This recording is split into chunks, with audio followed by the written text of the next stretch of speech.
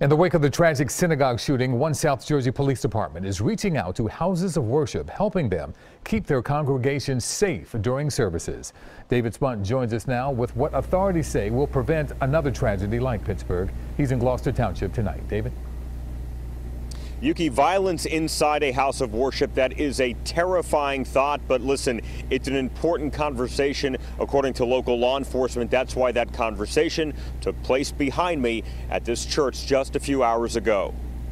We want to continue to be vigilant. Close to 100 concerned parishioners from across Gloucester Township came to hear from members of law enforcement about how to stay safe while worshiping. I think it's important to be aware and to practice some safety measures. Wanda Mapp worries about the safety of her church family following the deadly shooting at the Tree of Life synagogue that left 11 dead. I never had any inkling that we would need to have security in churches.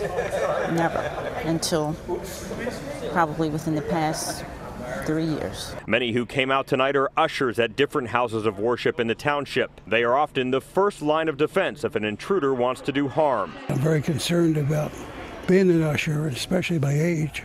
I want to make sure I know as much as possible. I feel it's my responsibility to get appraised of the situation and to know what to do. Members of the Gloucester Township Police Department spent 2 hours answering questions and listened to concerns. Unlike car crashes, for instance, there's not one answer to try to fix this problem. Several members of different churches said tonight they either have or will be adding security measures. They would not get into specifics, but members of law enforcement agree it's a smart move.